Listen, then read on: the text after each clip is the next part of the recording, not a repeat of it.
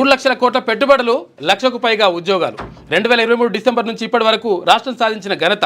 అనేక రంగాల్లో తెలంగాణకు ఫస్ట్ ప్లేస్ అని చెప్పేసి సీఎం రేవంత్ రెడ్డి అంటుండు. తెలంగాణను $1 ట్రిలియన్ ఆర్థిక వ్యవస్థగా మార్చుదాం.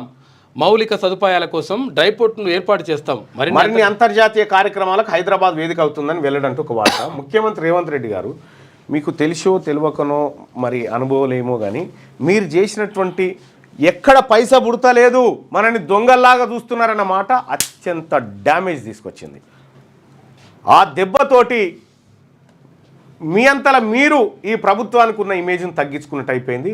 ముఖ్యమంత్రిగా మీ ఫెయిల్యూర్ని కూడా బయటపెట్టింది. అది ఇప్పుడు $1 ట్రిలియన్ అని మనం ఎంత అనుకున్నా కూడా మన ఆర్థిక వ్యవస్థ దెబ్బతిన్నటువంటి విధానం. సరే మీరు మీ వల్ల అయిందా అంటే నేను కూడా అది కాదంట. ఎందుకంటే గత పాలకులు చేసిన కార్యక్రమం ఇదంతా.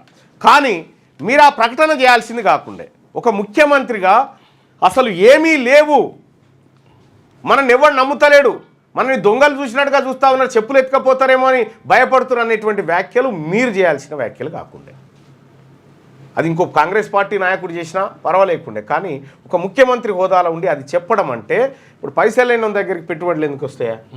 రావు కదా. అప్పుడు ఏం లేకుండా మస్తున్నాయని చెప్తుండే ఆయన. కేసీఆర్ ఉన్న కాలం ఏంటంటే, కేసీఆర్ ఒక డేకీస పెట్టిండు, దాని మీద మూత పెట్టిండు. డేకీస మూత తీసేది లేదు, అని ఏముందో చూపేది లేదు, ఉన్నది ఉన్నది ఉన్నది ఉన్నది ఉన్నది అంటారు, ఉండొచ్చు అనుకుంటారు. అయితే దానికి కూడా కేసీఆర్ గారు ఏం చేసినప్పుడు ఆ డేకీసకు ఒక ఏడాది కొండి పెట్టిండు. మంట ఆకలి అయ్యే టైంకు డేకీస ఒకటి పొయ్యి మీదకేం దించారు, కట్టెల పొయ్యి మీదకేని, అందులో ఏముందనేది తెలియదు. మళ్ళొక ఏడాది తర్వాత అరే కొబ్బరికాయ కొట్టురా దానికి, ఇక మరి తోడాలి కదా అని కొబ్బరికాయ కొట్టించాను. కొబ్బరికాయ కొట్టించి ఇక ఆయనతో ఏది గంట పెట్టి కలిపే టైంకి ఎన్నికలు వచ్చినాయి. అందులో ఏముందో ఇప్పటికి తెలియదు. అప్పుడు కాంగ్రెస్ పార్టీలో ఉన్నటువంటి మనమందరం కూడా అనుకున్నాం డేకీసా నిండుందేమో అని, మళ్ళీ ఇంకో డేకీసా తెచ్చి పెట్టినాం పక్క పోయింటి.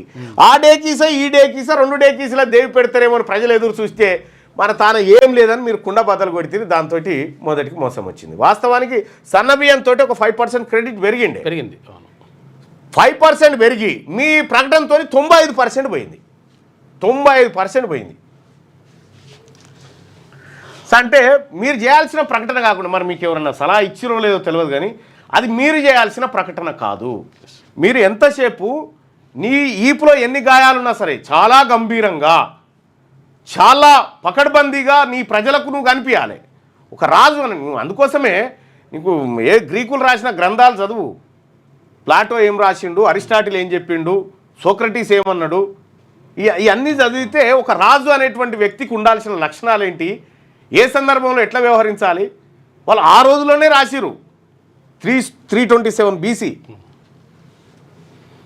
సరే మిస్ అయిపోయిందిలే కానీ అది ఇక మళ్ళా డ్యామేజ్ని పూడ్చుకునే పరిస్థితి కూడా లేదు.